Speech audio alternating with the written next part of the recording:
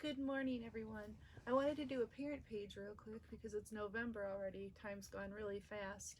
And I wanted to talk to you about Native American Heritage Month.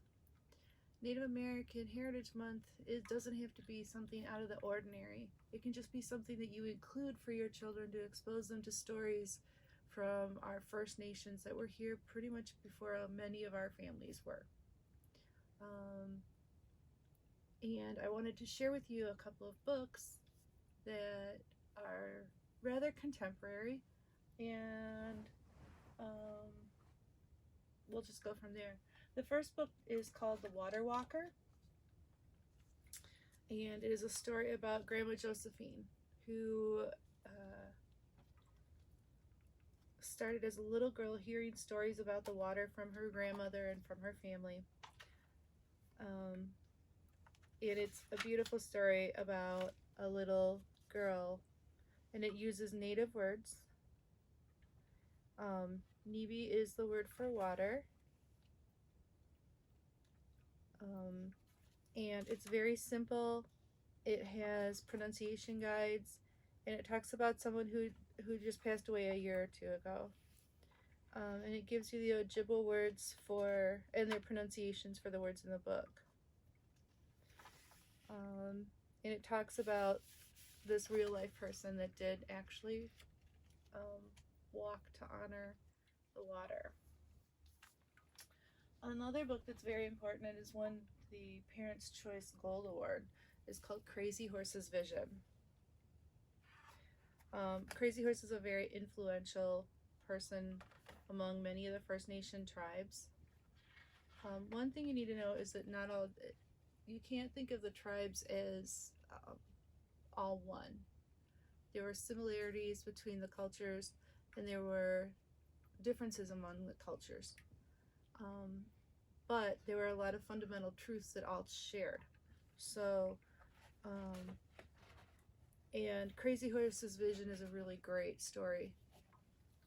13 Moons on Turtle's Back, a Native American Year of Moons. Again, there are a lot of different kinds of legends about our different months. Our Native American First Nations look at time differently than we do, and they measure and mark time differently. And these are beautiful poems and beautiful painting to celebrate the different seasons. If you're talking about the weather and the seasons, this is a great way to integrate Native American lore and spiritual respect into your curriculum when you're talking about the seasons. And finally, one of my favorites is We Are Water Protectors.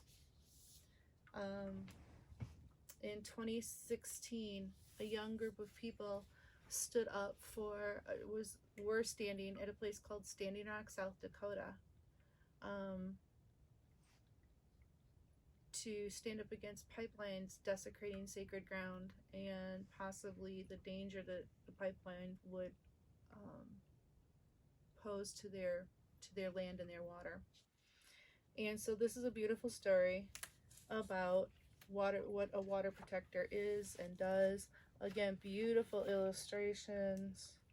When my people first spoke of the black snake, they foretold that it wouldn't come for many, many years. So it's a grandmother telling a story to her young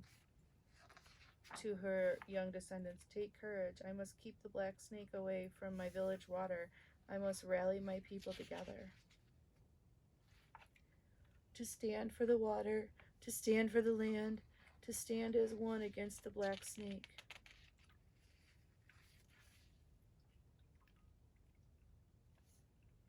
It talks about songs and prayers, beautiful illustrations, and this is contemporary. You can't get much more contemporary than this.